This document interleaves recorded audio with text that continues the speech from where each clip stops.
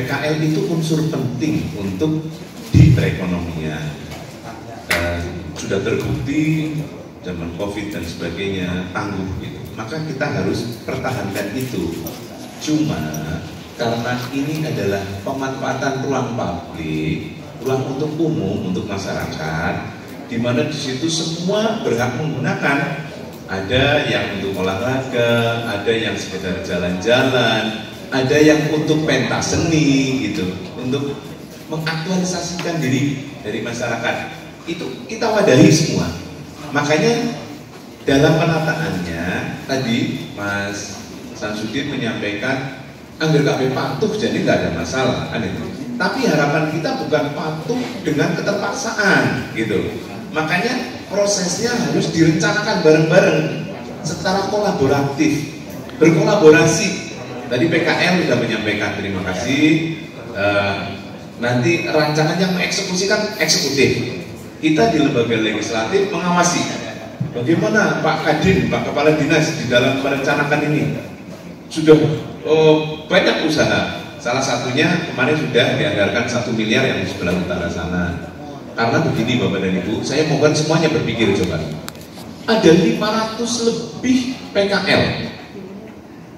Itu kalau ditata, kalau semua milih tempat misalnya ya, kan juga nggak mungkin tertampung.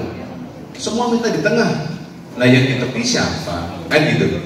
Makanya untuk yang tepi sepi nanti juga harus ada usaha, misalnya penampilan seni-seni budaya di daerah situ. Kita bikin stage atau panggung untuk penampilan rutin. Kita itu punya sendera tari yang bagus. Kelompok seniman Banyumas itu kreatif-kreatif Bapak dan Ibu. Dari kami selaku Ketua Paguyuban PSS, tujuan awal kajian kami itu satu untuk mengurangi angka pengangguran yang ada di Banyumas. Kedua, mengurangi mengentaskan kemiskinan. Dan ketiga, Banyumas di bumi khususnya jangan sampai kafiran mencari nafkah di kota sendiri. Itulah tujuan kami dan dari paguyuban sendiri itu semua paguyuban yang ada di Jalan Bung Karno, saya kira akan selalu patuh mengikuti aturan dari PJ pemerintah daerah. Apapun keputusan akan kami terima. Dan perlu diketahui bahwa para pelaku PKL-UMKM yang ada di dalam luar itu pada umumnya di bawah dari kemungkinan Pak. Setelah kami survei, kami selaku Ketua Paguyuban setiap malam kami datangi satu-satu sampai berapa omset paling maksimal kalau hari biasa itu hanya 40 sampai 50. Itu pun hanya untuk beliau itu untuk uang satu anak sekolah. Jadi beliau itu tidak mencari kekayaan, tapi untuk menyambung satu kehidupan yang ada di Banyumas. Jadi mohon dengan hormat kepada Bapak Ketua Dewan, mohon dibantu karena apapun bentuknya kami adalah saksi. Bisa disampaikan karena memang di situ banyak orang, maka dibutuhkan penataan dan ini akan kita undang pihak-pihak terkait. Jadi dari Dinas Pekerjaan Umum, kemudian dari Perindak, kemudian dari PKL, kemudian dari BLUD, pokoknya pihak-pihak terkait lah, stakeholder di wilayah situ, untuk nanti kita rumuskan bagaimana mencari jalan keluar. Karena kita sudah menganggarkan kemarin itu 1 miliar yang sebelah utara itu untuk tempat PKL, tapi itu belum cukup, makanya belum ada dilakukan relokasi. Nanti kita rencananya itu akan relokasi secara bersama-sama. Jadi yang di utara sampai selatan itu nanti dilakukan penataan, tapi tentu konsepnya nanti harus mendapatkan masukan dari masyarakat.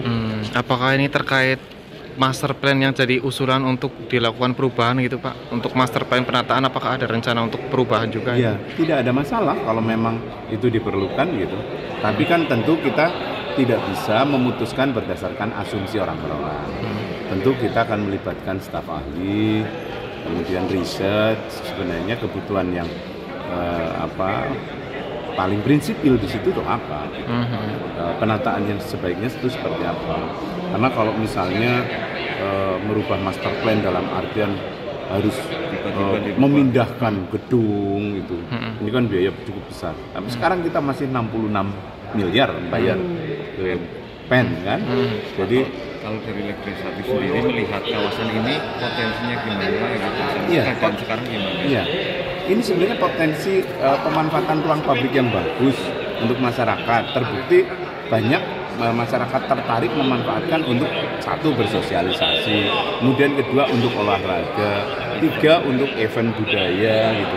Sehingga ini sangat bagus potensi ke depan dan kekisruhan atau carut-marutnya ini kan bagian dari proses perkembangan.